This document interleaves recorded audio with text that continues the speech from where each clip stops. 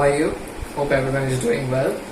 Today let me introduce a new video on how I manage my expenses in Singapore during my research internship. And if you didn't watch my previous video about how to apply for an internship or how to grab a research internship, do watch the video. Okay, expenses in Singapore. So the basic expenses will be around these four things. Number one, accommodation. Number two, food. Number three, obviously you need to have a flight ticket and the visa charges to enter into that country. So Singapore is very expensive. If you are living in a city center of Singapore, then it's definitely going to cost you a lot.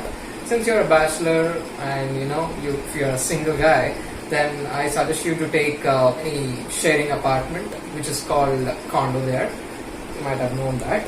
So if you are looking for a premium kind of apartment or sharing room in a single apartment, so how it works is they'll have multiple bedrooms. They'll be giving each bedroom to the guy who's going to take the rent there. So it starts from the premium ones will be around like $1,000 Singapore dollars. But don't worry, since you are applying for a university, you will be having accommodation inside the university as well.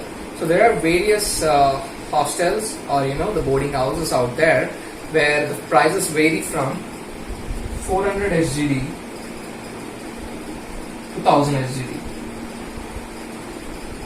So 400 SGD, yeah, this kind of boarding houses are also very well. You can pretty much manage into that.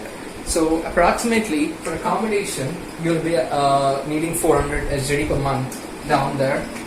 For accommodation, you can spend around 400 SGD, or you can even find around 352 if I'm not wrong. So 352, 400 would be the buffer. So this is for accommodation. And if you're looking for food, there are very good restaurants out there, and there are very good food spots out there. You have various food stalls at a place, and you call it as hawker center in Singapore. So when you wanted to have some Indian food or something like that, $7 or 5 to 7, it depends on the person how well you want to eat. But if you want to fill your tummy to a very great extent, then $7 would be the max you can spend in the food stalls. I'm not talking about restaurants or any premium kind of place. The basic food stalls are also very hygiene. So if you're in a university and if you're going to a canteen or somewhere, then $7 for the normal food stall would be going good.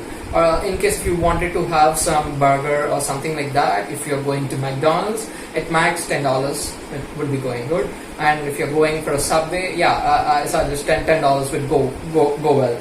And if you're going for a pizza starts from around $15. So you need to spend some bucks on that.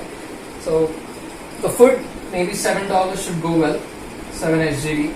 And if you're a person who is not aware of cooking, then you need to have your meal 3 times a day outside.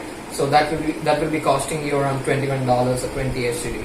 And if you are a very you kind of chef kind of person, then you can save so approximately if you're eating 3 times out there, and if you're eating in a food stall or the canteens in the university, or if you're going to McDonald's, then I can say like it can go around $20 for food. Okay, so for me, I was blessed with accommodation, so I need not to pay for accommodation. And for food, I kind of didn't have my morning breakfast because I don't know, I didn't have good breakfast, but I was eating waffles and stuff like that. In the night, some days, I'm not a very good chef, but I could somehow manage in nights. So definitely my lunch was outside, so I would definitely spend money for lunch. And for dinners, it would be maybe once or twice in a week I'll be cooking, or the other days I'll be spending out. So that is brief. So 20 SGD would go well. And for accommodation, as I said, the minimum university, the boarding houses starts from $350 to $1,500 also, I suppose, if I'm not wrong. I'm not sure about the exact figure, but you can consider this as a choice. And if you're staying outside the university, I would say $500 is must. $500 to $600 is must. And if you're looking for a premium room or premium sharing kind of thing, then $1,000 would also be reached. So this is for food and this is for accommodation. And let's see, what is the third one? The third one is flight charges. Visa charges depends on the kind of pass you are applying to. If you are a student, then it would be a different one. If you're an employee, it would be a different one. And so it's better like you check the website, because they might be changing the price of the application. So visa is pretty much volatile. You can definitely check their website, whichever country you are applying to. And for flight charges, Singapore is near to India, and at least from the place where I live, there are numerous amount of flights to Singapore. Flight prices would vary from $10,000 to maybe like $27,000 or $28,000. So I would say this can be left for your calculation. So I would not disturb this third point over there. So let me discuss about 4 miscellaneous. Miscellaneous, transportation and the places where you want to visit and explore Singapore. I felt Singapore was really good. It was way more developed than I ever imagined. They use technology to a great extent. So the commute for the public transport, the usage of public transport is being encouraged by the government, and the public transport is also very well connected. And there are lots of good trains, the metro trains, they're called MRT at Singapore, and even the buses, public buses are very well available.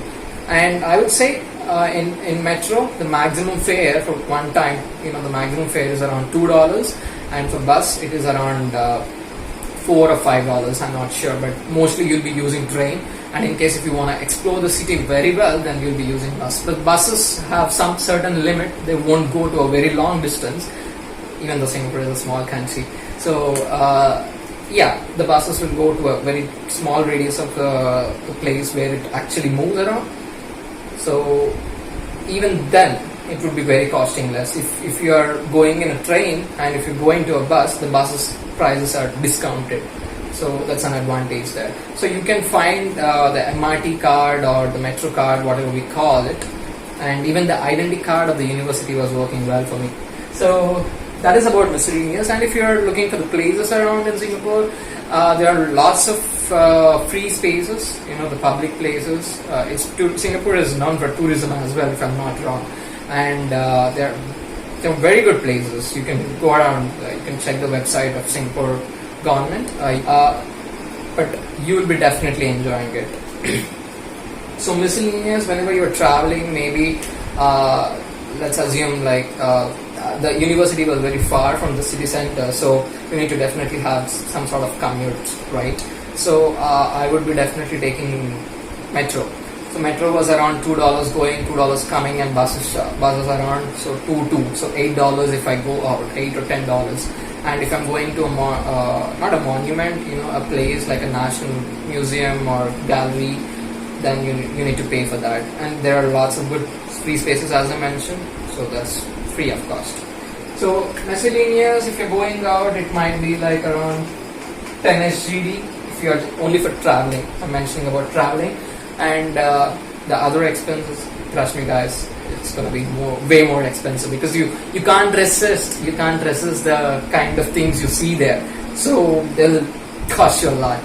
So in brief, what I would tell is, if you are going for a 5-month internship or something like that, so $350 if you would consider, or $400 if you consider. Let me consider $400 for example. So $400, it would cost you around 2,000 SGD, okay? And food, you can do the approximate calculation, like 20 into 30 into 5 months. And flight charges, as I mentioned, you can look into the websites, and miscellaneous is again personal needs. So accommodation is a major stake, I would say. 2,000 SGD, Singapore dollar is somewhere around 52 rupees, so somewhere around 1 lakh plus, yeah. And food obviously it should be added, and miscellaneous as well. So I would say, if someone is going for a research internship, if is not blessed with accommodation, it will be charged. You will be spending around like 2.5 lakhs, maybe in worst case, 2.5 to 3 lakhs, in Indian currency. But if you're blessed with accommodation, I'm pretty sure that you'll be having very good amount of time in Singapore, and you'll be having very good experience at the research labs, and you'll be definitely enjoying whatever you're experiencing. So this is a quick overview on what my expenses were. The major reduction for me is the accommodation. Since I was blessed with accommodation, I need not pay for that. And other expenses, guys, you're going to stay in Singapore for so long, then this is like fairly reasonable, okay?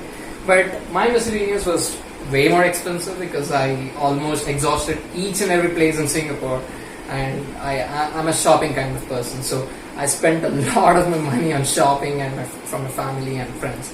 So yeah, that is where my miscellaneous chart literally went high. Yeah, that's it. That is what I was concluding.